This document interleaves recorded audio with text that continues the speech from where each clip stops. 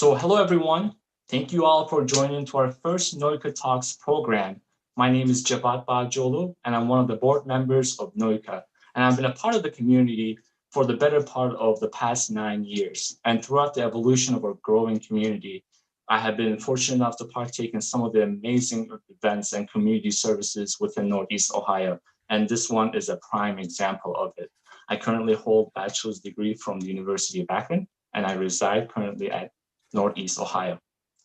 So a bit of background about NOICA. What it stands for is it is Northern Ohio Intercultural Association, which we are here to cultivate friendship and promote the dialogue efforts within Northeast Ohio. We believe that the dialogue and cooperation among the people with different faiths and cultures is an atmosphere that we would like to create with the mutual trust, understanding, and respect. We are here to build and sustain a peaceful and a friendly community with strong intellectual ties among the individuals with respect for all the religious and ethnic background throughout the communication, interaction, and most importantly, educating it. So thank you all again for joining tonight. In our tonight's panel, we have invited Dr. Craig Considine to give us a perspective of the Prophet Muhammad, peace be upon him, in Christianity. With his recently published book, The Muhammad, A Christian View, he examines the Muhammad's life and legacy, and he provides a sociological analysis of the Muhammad's teaching and example. Dr. Considine shows the Prophet's embrace religion and pluralism, envisioned a civic nation, and stood for the anti-racism while advocating and seeking knowledge. Prophet Muhammad initiated women's rights and followed the golden rule. Dr. Considine sheds the lights of the Prophet Muhammad that is often forgotten by the mainstream narratives.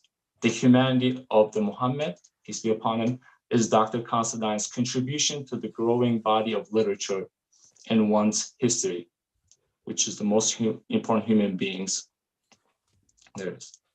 So a bit of a background of Dr. Considine. Dr. Considine is a scholar and a professor and a global speaker, media contributor, and a public intellectual based at the Department of Sociology at Rice University. He is the author of many books and articles. Dr. Considine's opinions have been featured in the New York Times, Washington Post, CNN, BCC, and Al Jazeera. He has been invited to speak at many leading international organizations and universities around the world. He holds a PhD from the Trinity College, Master's from the University of London, and a bachelor's from the University of Washington, D.C. Dr. Considine is U.S. Catholic of Irish and Italian descent. So before I like to invite Dr. Considine, I'd like to let our viewers know that there will be a Q&A session towards the end of our program. And we would like to encourage you guys to put in the chat or the comments that if you have any questions throughout the talk or a lecture, please write it down there and we'll try to answer as much as possible because we believe that that is one of the most important aspects of today's session. So without further ado, I'd like to invite Dr. Considine on tonight's panel.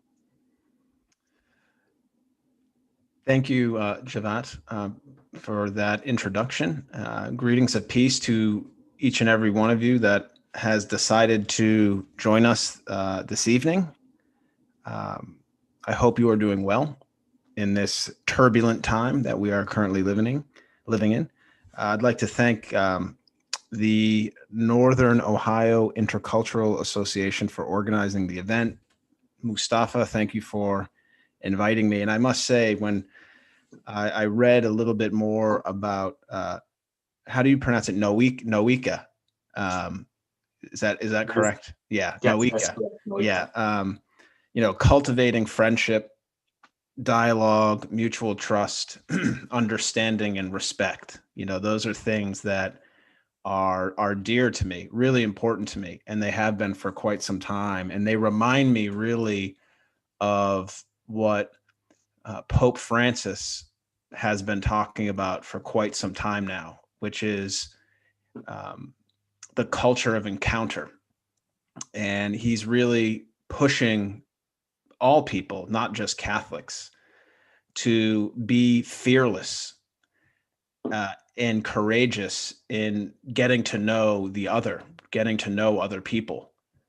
And to truly understand other people and to really get to know them, it takes dialogue. It takes a certain amount of faith and trust in other people to really kind of establish friendships and move us forward in a way that is constructive. So, I send my best to all those involved in NOICA, and I'm wishing you all the very best in all your endeavors moving forward. So I'm looking forward to giving my first talk of 2021, the new year, and we'll be talking about the humanity of Muhammad, which is my latest book, which came out in July of 2020. And I think it's important to start by providing a little bit of a backdrop of who I am and kind of what inspired the book to begin with. Because this is a really important component, not only of this book, but it's an important component, I think, of any author. You have to know where the author comes from, what is motivating the author to write the book, and what is at the core of the person writing the book. And I talk about this in the introduction. If you've had the opportunity to read it, some of this may be familiar to you. But my journey has really been an unexpected one. If you ask anyone that knew me growing up in Needham, Massachusetts, outside of Boston, and my family members, no one would have expected for me to be on this journey that I'm on, and it's a mystery. It's a beautiful mystery. But for me, this really started, and I didn't know it at the time. It started on 9/11. I was a junior in high school at Needham High School. It's a public school. And, everyone knows what happened on 9/11.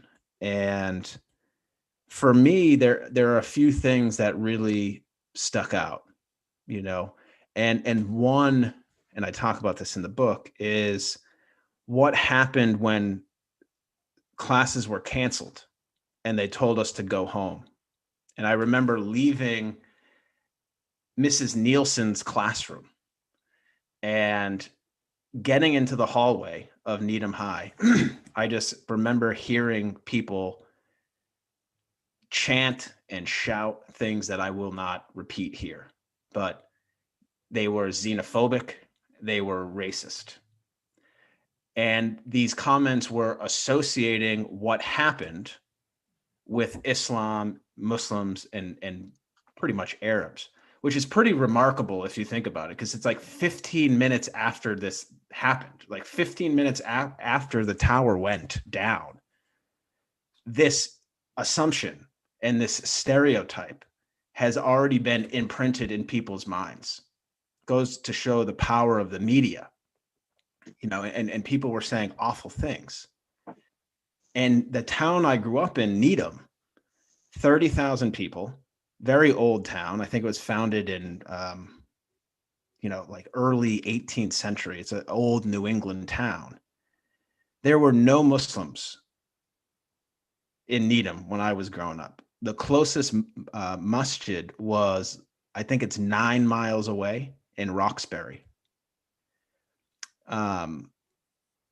There was no context to make sense of what I was hearing in the hallway. I'd never met a Muslim in my life. And at the time, I was just like, yeah, I mean, you're 16 years old. You don't know anything about what's being fed to you on the media. And unfortunately, I think it's part of human nature. You kind of go down the rabbit hole of believing some of this stuff. Now, to be fair, I wasn't, some raging xenophobe, Islamophobe, or anything like that, or anything malicious. But there were definitely some things in between my ears and in my heart that were not correct about the Islamic faith and about Muslims at large. When it came time to pick a major in college, this is like 2003. To give you a context of the time, the invasion of Iraq just happened.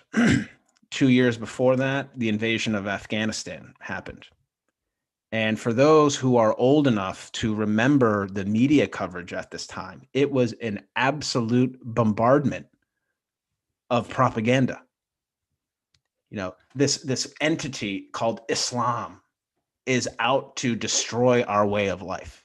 I mean, George Bush, the president at the time, literally said, these people hate our freedom. So I'm in college. This is going off. Iraq caused a lot of controversy in this country. There was a lot of protests saying that this was not right, spreading this idea of weapons of mass destruction. Saddam Hussein is out to destroy all of us.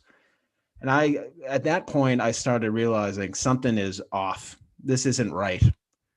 Something's fishy. You know, I was in college. Thank God I was in college, and I had good professors who were kind of giving me a glimpse into what happens behind the scenes, politics, propaganda, international relations.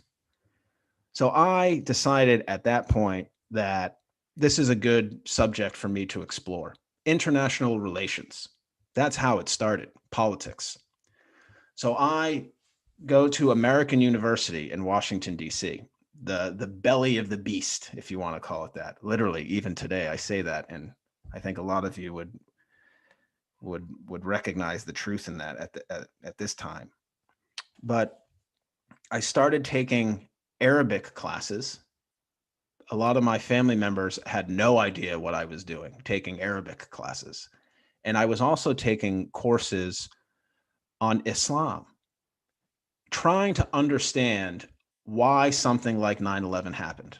That was like my frame of reference. Like, these people hated us. Why do these people hate us?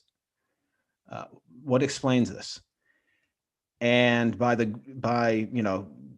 God's plan, I signed up for a course called The World of Islam with Professor Akbar Ahmed of American University, who is a great man and a role model for me, and really took me under his wings for many years. He's an anthropologist. I'm a sociologist. There's a lot of overlap. Professor Ahmed is the former ambassador from Pakistan to the UK, so he was also in the diplomatic realm. So I enter into the classroom at American University in the SIS building, the School of International Service, and I sit down and I meet a friend, Ali Khan, the first Muslim I've ever met in my life. And we started talking not about Islam. We started talking about the New York Knicks basketball team. So I was like, this is okay. This guy's a Muslim and he's not talking about Al-Qaeda. Okay, this is different. Then Professor Ahmed starts the class and he just starts talking about ilm, the Arabic term for knowledge. And I'm scratching my head. I'm like, what? Why aren't we talking about bin Laden? Why aren't we talking about the clash of civilizations? Professor Ahmed is talking about the importance of knowledge. And it blew me away. And he was sharing some of the sayings of Prophet Muhammad, which also completely, ruptured all of this misunderstanding that I had inside my head and my heart. The one that I talk about in the book, the saying of Muhammad, is the ink of the scholar is more sacred than the blood of the martyr. And that changed my life. That one class right then and there, I said to myself, this professor is on to something. And he's talking about the importance of building bridges between the Abrahamic tradition, Christian, Muslims, and Jews. And I said, this guy's got the solution. This is the solution to the problem. Understanding, knowledge, interfaith. So I rolled with it. And I became Dr. Ahmed's assistant, engaged in a project with him called Journey into America, which brought us around the United States from 2008 to 2009. We went to over 100 masjids across the country. We met with Americans of all walks of life, from Native Americans in the Hopi Desert to members of the Gullah Geechee tribe on Sapelo Island in Georgia. And we were exploring the question, what does it mean to be an American through the lens of Muslims? And he wrote a book, a brilliant book, Journey into America, The Challenge of Islam. And we created a documentary, which I miraculously filmed and directed and edited, called Journey into America. And that's online on YouTube. It came time for me to clip my wings, and I embarked upon my PhD. And when I was in Dublin, this is where Prophet Muhammad really came into my life. And another professor, scholar, had a huge impact on me. And this is John Andrew Morrow, the Canadian Muslim scholar who wrote the book, The Covenants of Prophet Muhammad with the Christians of the World. And it's focusing on the treaties, the covenants, the agreements that Muhammad had entered with the Christians of his time. And up to this point, this is 2013, up to this point, most of my interest in engagement with Islamic studies was linked to the clash of civilizations. But now, Morrow opened my eyes up to Muhammad, and I started exploring Muhammad's life, especially his relations with Christians, and that essentially produced the book. So let me guide you through some of the key themes of the book. The first chapter is titled Religious Pluralism. And before I get into this, let me just give you a little bit of a backdrop here. Like, the book is academic in nature, but I think most people who have read it would agree that it's very accessible. Like, a high school student could read this and digest it, come away with some deeper theory, but also understand that there's a narrative, it's a flow to it. The first chapter, quite simply, is titled Religious Pluralism. And I distinguish religious pluralism based off of previous theoretical insight developed by Diana Eck at Harvard University. And Eck at Harvard, she runs the Pluralism Project, and she distinguishes pluralism from tolerance. Religious tolerance, she says, is a bit standoffish. When you tolerate something of a loved one, there's something iffy about this toleration, you know, like you just put up with it and you allow people to be who they are. And you're even willing to put up bad habits, and you don't talk about these things. You don't break them down. And Eck is saying that actually by tolerating people, it's not necessarily a bad thing to tolerate some of these things. You know, it's not like you're committing violence or anything, but by tolerating and by not really getting to know the other, it runs the risk of reproducing some of the old stereotypes, because you really don't know who these people are. If you think about what tolerance might look like, if you're in a room, if wherever you are right now, and we had 4 groups of people in a room, each group has a corner of the room. What would tolerance look like in this situation? You know, everyone can have their little space. They can do what they want, but there's going to be no cross-cultural interaction. There's going to be no interfaith dialogue between the groups. Everyone can just be. But Eck is saying pluralism moves beyond tolerance. And she defines pluralism as the energetic engagement with religious diversity.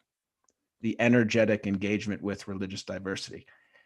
And it's important to note that this is a process, right? It's a way of living. It's a way of being. It forces you to actually be active as a person. It's not this idea that people often assume pluralism is, like all gods are equal. That's not what Eck is saying. And that's not what Muhammad was saying either, to be fair. The context that I use pluralism in this book is the energetic engagement with religious diversity. And we know on multiple occasions that Muhammad engaged in this process of getting to know the other actively. And in the book, I use the example of his interaction around 630 with the Christians of Najran.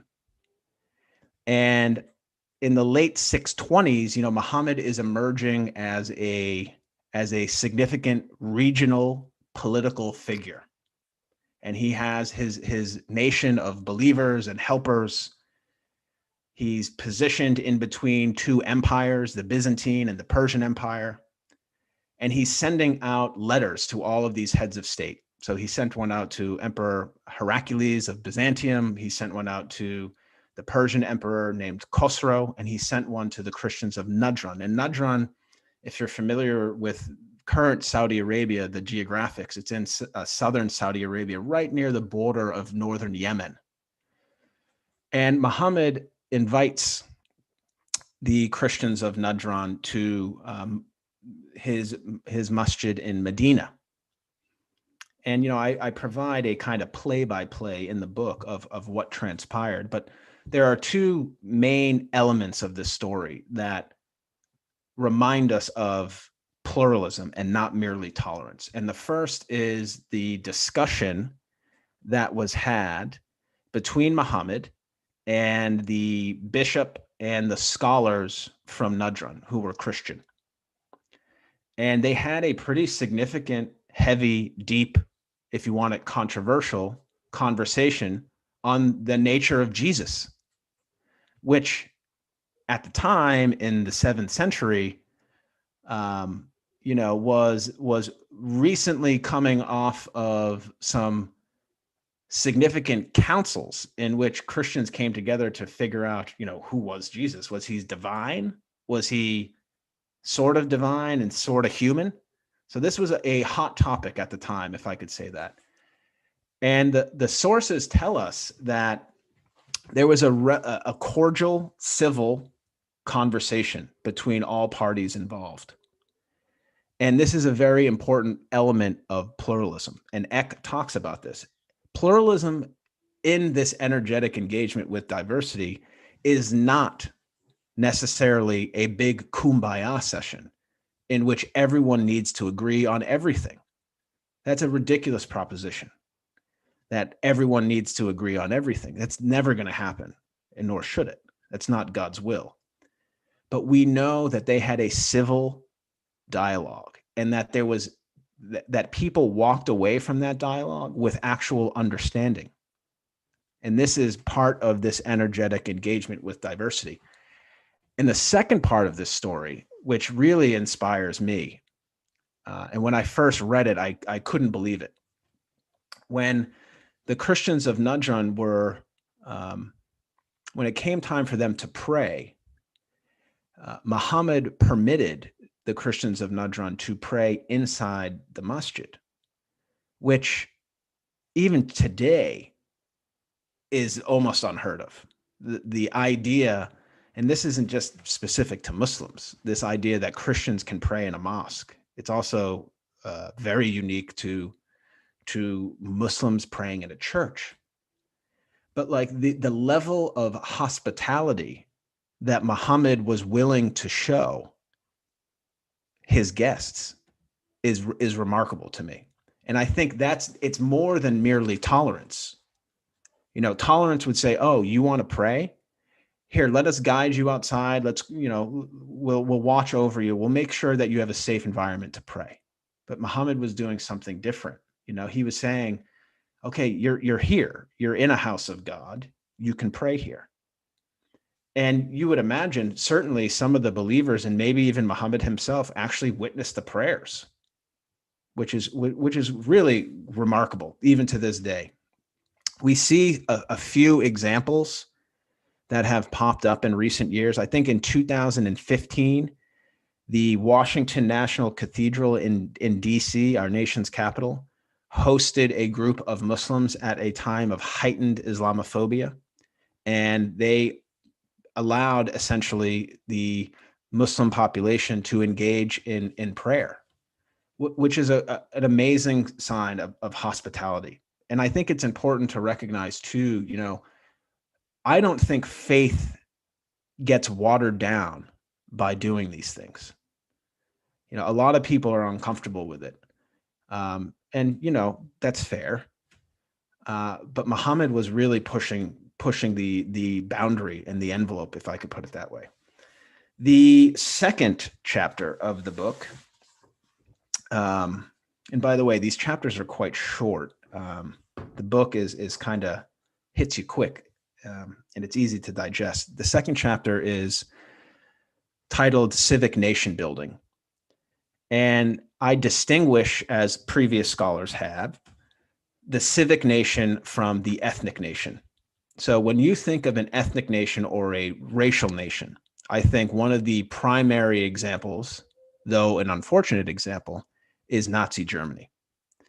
So Hitler and his crowd created a nation that was so exclusive and rigid that only certain white people could belong to.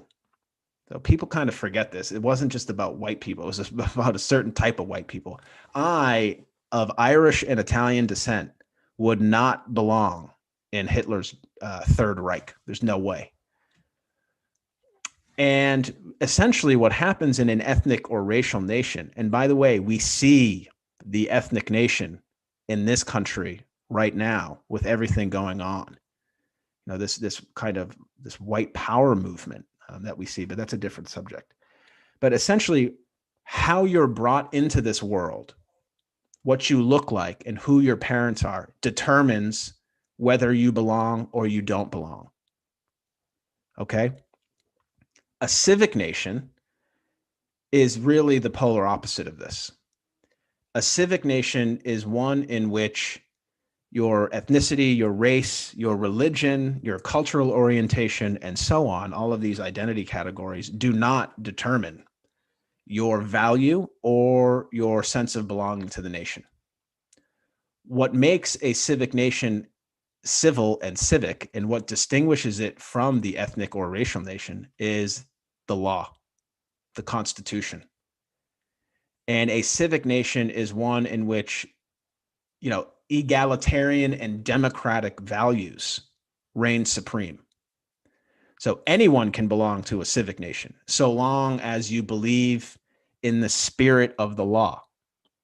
The United States, if you read the Declaration of Independence, you know, we hold these truths to be self-evident. All men, let me say human beings, are created equal, that they're endowed by their creator with certain inalienable rights, and these are life, liberty, pursuit of happiness. There's nothing in there about race, ethnicity, or religion. Anyone can belong to America. This is the good side of America. We, as a nation, it has not always lived up to that billing, but ideally, the United States protects freedom of speech, freedom of religion, freedom of conscience, the right to own property, the right to vote for your elected officials. This is a civic nation, and this type of nation is what Muhammad created during the Second Hijrah in 622, when he and the believers really create a revolutionary society in Medina with the various pagan tribes and the Jewish tribes. And a simple Google search will bring up the Constitution of Medina. I'm sure many of you are familiar with it. But the point here is that we can apply contemporary sociological concepts to Prophet Muhammad's life. So the Constitution of Medina, just if you just Google it and read the articles, it's, you know, stunningly similar in many ways to the U.S. Constitution. I mean, obviously in spirit, you know, in value, in theory, it's quite similar. So the Jewish people were allowed to practice their faith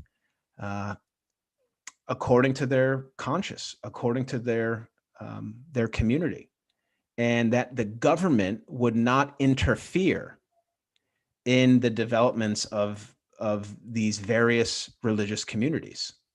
Right. So it's not the prerogative of the government. And in the Constitution says that the government cannot dictate these things. And the Constitution of Medina also created a mutually dependent society, which is really important. Talk about allyship. So if one member or group that signed up for the Constitution of Medina was attacked, then everyone who signed it must unite and help the people that were attacked. I mean, that is what this country, the United States, has in its Republican framework. You know, like if God forbid if a foreign country attacked Massachusetts, the 49 other states would be right there to assist. This is the type of revolutionary idea that Muhammad is initiating in 622, not 1776, 622. And it was revolutionary because prior to these developments, you had a hyper-tribal society in Medina, in Mecca, and the Arabian Peninsula. It was an ethnic-oriented peninsula in which how you were born determines who you're going to be in this world. And Muhammad is saying, nope, all that is gone through revelations and through God. Moving on in a smooth transition to the third chapter. And this will be the last theme I talk about. And this chapter is anti-racism. And I set this chapter up in a similar way that I set up the first two. So we had distinguishing between tolerance and pluralism, distinguishing between the ethnic nation and the civic nation, and distinguishing between non-racism and anti-racism. There's a difference, right? Non-racism, to put it simply, is the idea that a human being does not believe in this notion of racial superiority. Unfortunately, a lot of people around the world do hold views of some races being inherently better by birth than others. So non-racism is just this idea that, you believe in human equality. You believe in humanity. We all come from Adam and Eve. At the end of the day, we all have the same organs. When we're cut, we all bleed red type stuff. Muhammad, we know, was a non-racist. But we also, in looking at his life, understand that he was an anti-racist. And there's a difference. And it's similar to the difference that we see between tolerance and pluralism. Anti-racism, like pluralism, goes a step further. It's more energetic and it's more active. So when you're an anti-racist, you're actually taking measures consciously to try and dismantle some of the structures in society that produce the racism. And the examples that I use in the book, just a few examples. There's many that you could get into. Actually, the Constitution of Medina is, I think, an anti-racist document because it's actually bringing all of these different groups of people together and uniting them around laws that are kind of colorblind in a way, if you could put it that way. But we know that Muhammad is anti-racist through his relationship with Bilal ibn Rabah. So for those who may not be familiar with Bilal, he was of Abyssinian and Arab descent. He was darker, physically looked darker than the normal Arab, the normal Quraysh tribal member. And we also know that Bilal was enslaved. And there are various recordings of early Muslim historians that say that, people used to kind of harass Bilal, saying like, you're the son of a black woman, so associating his character and conduct based solely on how he looks, kind of a classic racist example. And we know that Bilal was an early steadfast believer in this message that Muhammad was bringing of Islam. And Abu Bakr and Muhammad actually purchased Bilal's freedom, which I think is a great example of being anti-racist. It's like you're literally taking action. You're literally undoing the shackles of someone who is not free at all. And there are other examples throughout Muhammad's life. And the other one that I reference in the book, and by the way, Bilal rises to one of the preeminent positions in the early Muslim community. Muhammad was not simply saying, hey, okay, I'm going to free you. He's saying, you're free. The type of society that I'm creating, you can go to the top, because what we emphasize is not ethnicity and race. What we emphasize is character and conduct. And Bilal rises to, he was a man of many hats. He was a soldier, he was a leader, and he was the muezzin, the person, the preeminent position of the person that calls the people to pray. And then, of course, the farewell sermon. And I'm paraphrasing here, one of Muhammad's last messages to his people at Mount Arafat in 632 in early March was one of humanity and racial equality. So he's telling people, like, an Arab has no superiority over non-Arab. A white has no superiority over a non-white. A black has no superiority over a white, and so on and so forth, except in piety and in good action. So he's telling people, okay, this is anti-racist in the sense that he's saying, this is what my nation is to be in the future. This is what it means, really, to be a believer. It's a very powerful statement. And I talk about this in the book. Remarkably, in the year 1963, we have Dr. Martin Luther King Jr., who many of you know, an African-American, a Christian, who studied in Boston University, my native Boston, and he's a U.S. citizen. And on the steps of the Lincoln Memorial in 1963, Dr. King gives his I Have a Dream speech, in which he not only talks about racial equality, but he's also reminding us of the civic nation that I recently just talked about. But Dr. King, and I'm paraphrasing, says something like, I hope that one day my 4 children will live in this country and not be judged by the color of their skin, but by the content of their character. So if you need a good example to remind people that the clash of civilizations, this idea that Islam and the West, or Muslim civilization and Western civilization, are on a, inevitable crash course, you bring up the farewell sermon and you bring up the I Have a Dream speech. Muhammad gave the farewell sermon in 632, right? He's a monotheist. He's a Muslim. He's a believer. He's an Arab from a particular tribe, from a particular region of the world. 1,000 years later, an African-American, descendant of slaves from the U.S. South, a U.S. citizen, and a Christian, they're saying the same thing, right? So you have a very simple example, busts that clash of civilizations theory. So the rest of the book, the other chapters, which I don't have time to get into today, but the longest chapter, the 4th one, is Seeking Knowledge.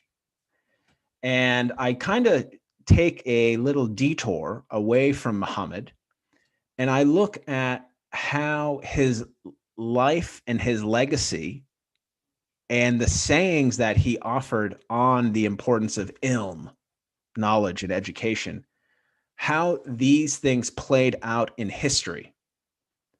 And I do this by looking at the moments in history in which Christians and Muslims and other groups of people came together and really cherished knowledge, learning, science, progress, and what they were able to achieve in doing these things, to remind the reader that Muhammad's teachings did not die when he passed away in 632.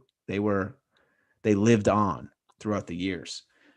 And, I've spoken to a lot of people who have read the book, and a bunch of people have said that one of their favorite parts of this whole entire book was the section that I had on Rumi, who I'm sure many of you are familiar with, and Ralph Waldo Emerson, who is from Boston.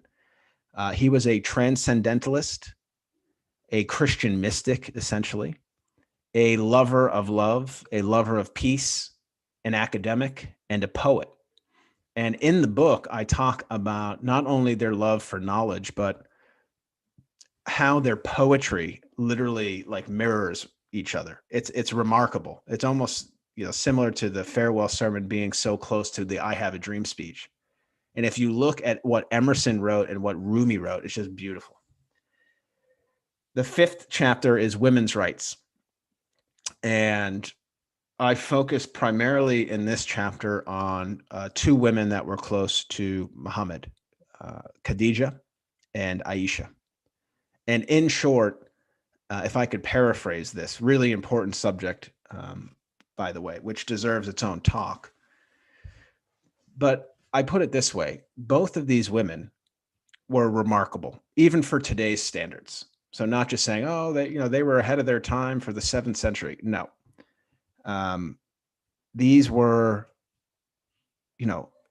bright, fearless, intelligent, successful, loving women, really complete, a complete person that was good at everything they did.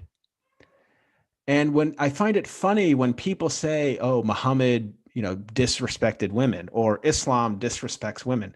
So what type of human being, what type of man, let alone a prophet, what type of man would have no problem entering into a relationship with the type of woman that I just described?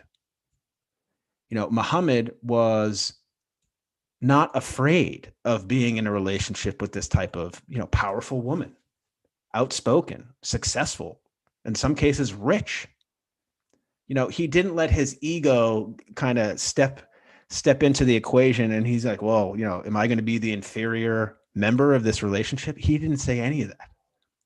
It goes back to that character and conduct. That's what he loved. And that's what he saw in them. Chapter 6 focuses on the golden rule: treat others how you wish to be treated. Very simple, somehow has been forgotten throughout history. It's the message of Jesus, and we know that through the gospel.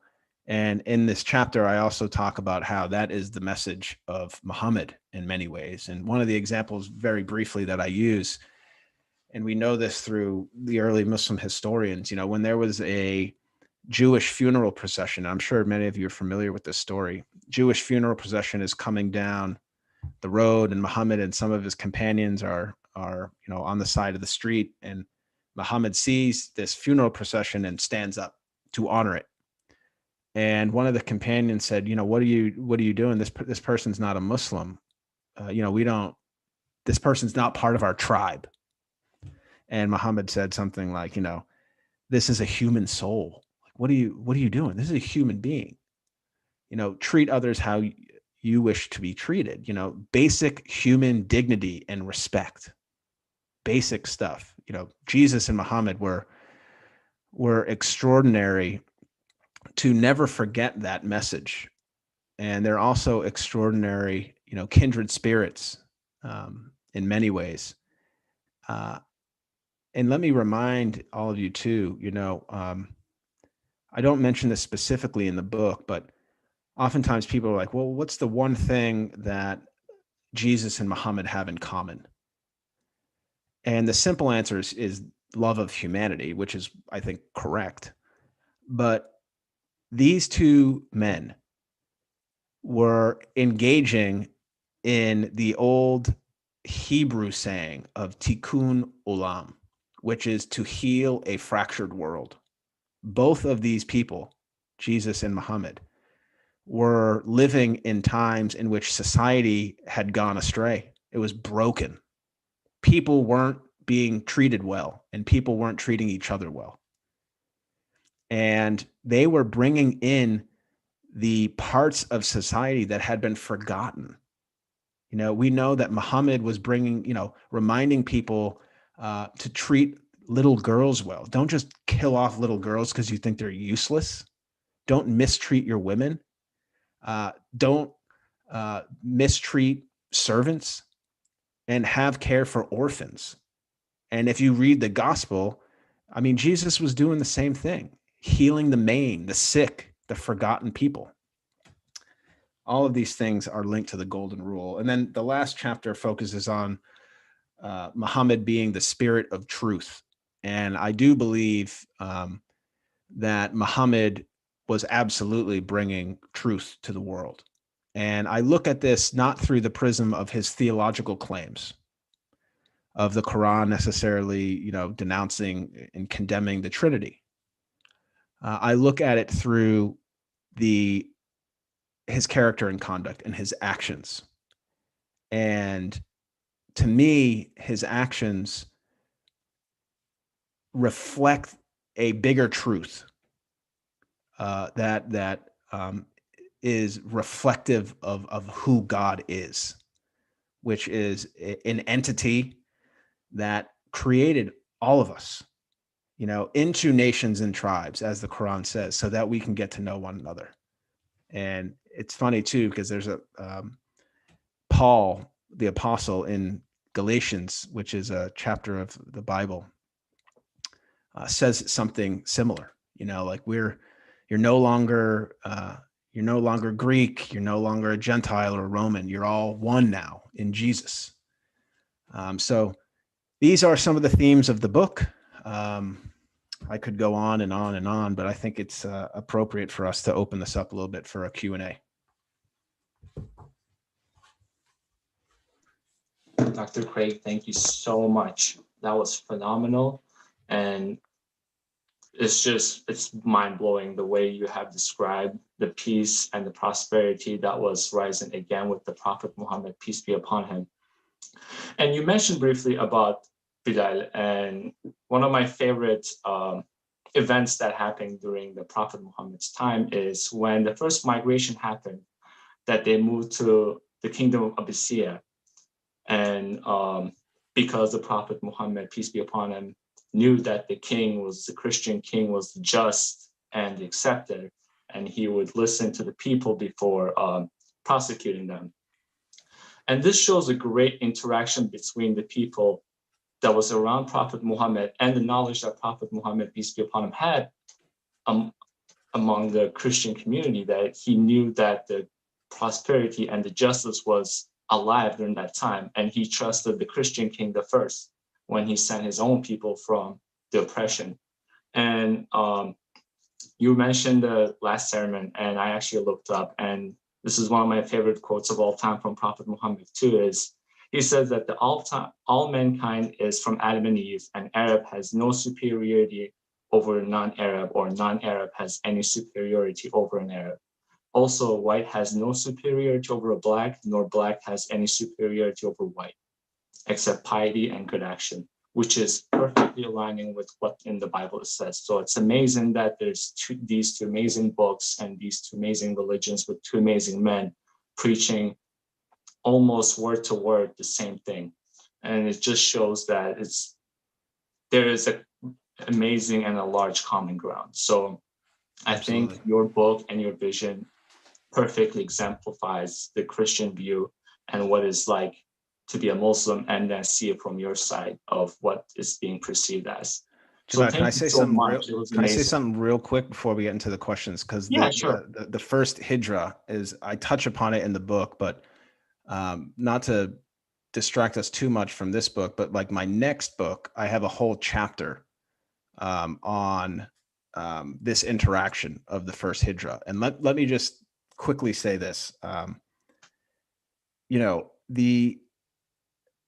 If King Ibn Abjar was not who he was, what would have happened to the early Ummah? It's a serious, like, historical question, because he not only provided them refuge, he not only said, you can come here, but he literally protected them. The Quraysh were in his court when the believers were there. And he literally, the sources tell us that he picked up a stick and he drew a line in the sand, and he basically said that the differences between the Christians and the Muslims are about as wide as this line. And then he also went on to say to the Quraysh that I will not give up these people for a mountain of gold. And then he turns to the believers and says, you are safe. you are safe in my kingdom. I mean, talk about allyship and what it means to stand for humanity. I mean, what a example, what a marvelous example. And that, for me, that makes me proud to be a Christian. That's what it means to be a Christian to me. And I want more Christians, especially in this country, right now, to think this way. I mean, we need this vision of being a Christian and being a follower of Jesus, of protecting those people who need protection. That's perfectly put in words. I mean, just listening to you gave me the goosebumps, because I know exactly what event you're talking about. And it's just, I have reimagined the event happening right in my head. So that's phenomenal. So if you have time, we'd like to ask some questions. We have received some on our YouTube channel, and I have some on my private that I have received some questions. So I guess the first question is, in America's current climate of polarization and misinformation, how can we move forward with bridge building and dialogue in the spirit of Prophet Muhammad, peace be upon him? So you see this wooden board behind me where my finger is? It says deuce. Okay. So deuce is my way of activating pluralism, right? So a lot of people will say, well, what does pluralism, what is this energetic engagement with diversity at large? What does it look like? So deuce provides us with like a method. It's actually like a step-by-step method of combating polarization, if you want to call it that. And it stands for dialogue, education, understanding, commitment, and engagement. And, because I want to get to a lot of questions here, let me just say, any combating of polarization starts with talking with one another, but not this superficial chatter. That's where the education comes in. Like, you break the ice, you talk about, two groups of people come together and they talk about basic things. Like, what does it mean to be a father, a mother, a son? Talking about these things over food, building trust. Once you build trust, then you educate one another. This is when, if you want to bring the Quran and if you want to bring the Bible, you can sit down and you can educate one another because you trust one another. You've already broken the ice. Once you have educated one another through the dialogue as well, then you have a moment of like understanding. Whereas like when you can like look people in the eye and say like, this person gets it. They're my friend. I can trust this person. I can work with this person. Once you have that level of understanding, then you can sit down with one another and you could say, all right, let's plan something. Let's commit ourselves to certain values or a certain project. And then the E is doing that out in the public sphere, the engagement. So Deuce is a method that you can adopt in many ways to combat this polarization and to build stronger bridges of understanding. Yeah, that's very true. So another question is, I guess I'll start with a reflection from one of our viewers says, hello, Dr. Considine. First of all, thank you so much for this beautiful book that you wrote. And also thank you for being with us this evening. Unfortunately, Islam is misunderstood by many people. So the question is, what do you think are the tasks for us Muslims to correct the false image of Islam in people's minds? Oh, I don't think there's one answer to that. And let me be clear too, like there's also a lot of misunderstanding of it. This isn't unique to Islam. Islam may have a bigger issue because the media is more anti-Islam, I think, than any other religion. But I'll point you to the media. I think I would like to see the narrative of Islam and Muslims change in the media by Muslims themselves actually getting involved in the media and controlling their own narrative. Because at the moment, when you turn on CNN or Fox or NBC or whatever, oftentimes it's not Muslims who are speaking on behalf of their faith. And we know that most of the negative perception of Muslims in this country, though I think a big part of it is unfamiliarity with Muslims themselves. Like, this is a huge country. It's a continent. A lot of Americans were like I was when 9/11 happened. They've never met a Muslim in their life. The only thing that they know is what they see on the TV. So I would like to see the narrative change by Muslims controlling their own narrative. I think that's really important. Yeah, that's very important. Another question is, so you title your book, it's actually a pretty good question. You title your book as The Humanity of Muhammad, a Christian View. So as I was reading through the book, I thought it was pretty much a Muslim view too. What would you say about that? Would say, yeah, I could see why people would say that,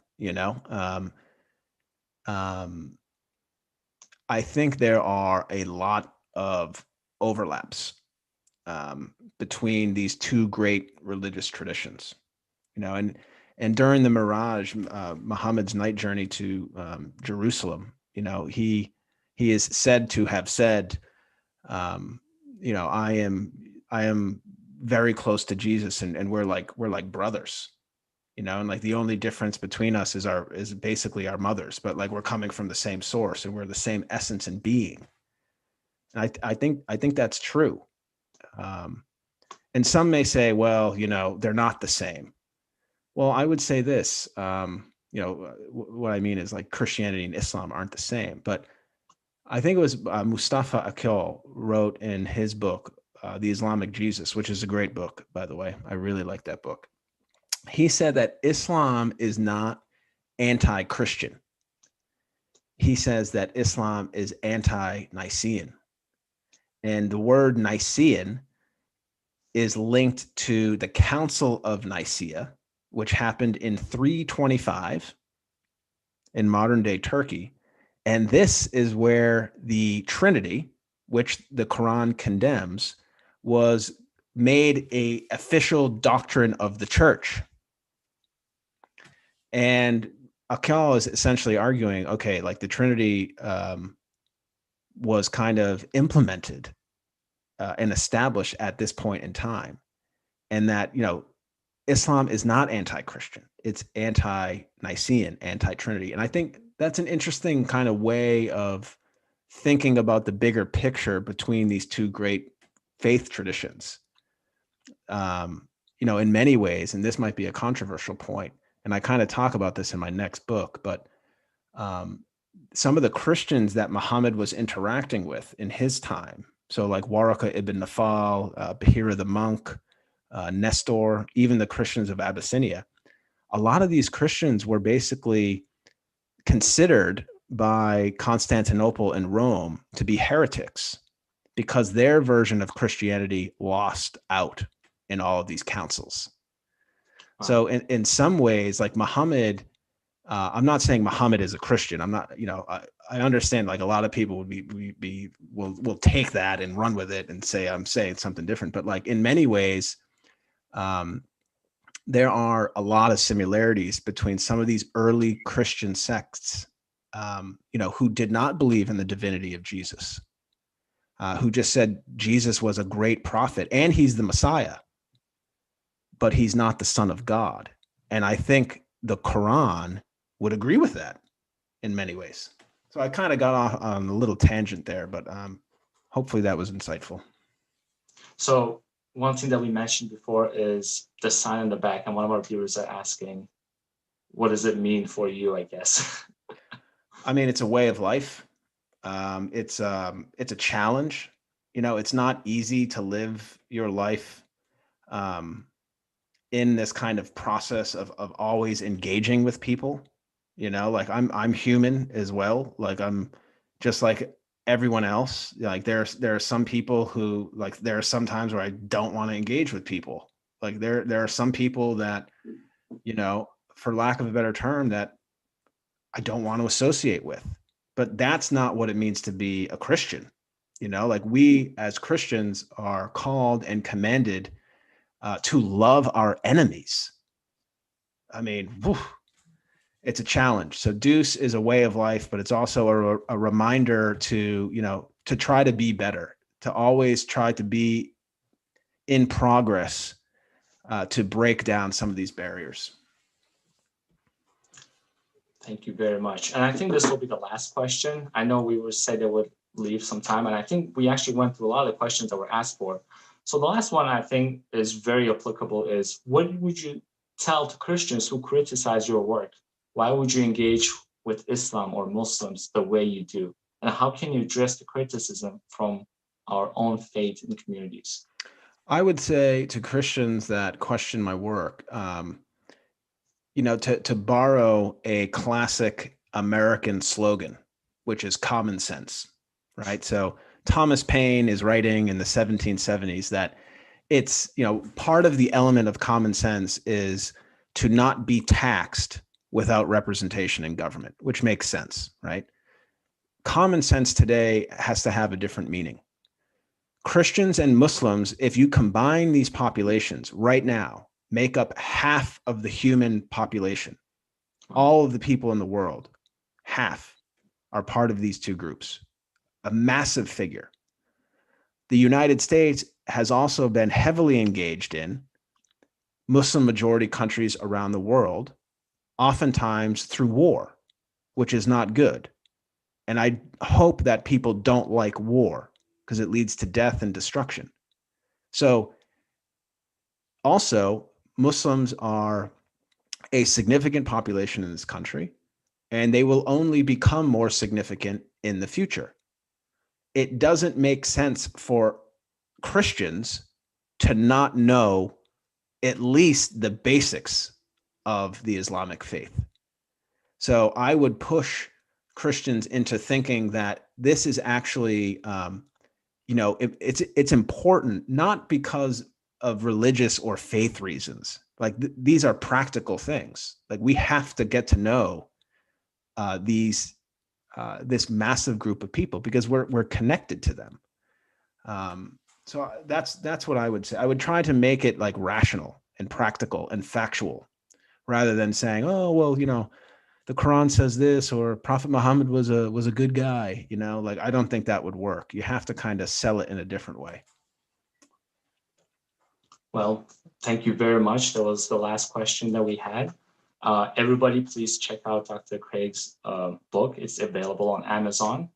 And if you'd like to see more events like this, please follow and like the video that we have streamed today. Follow NOICA on social media, and please check out our website.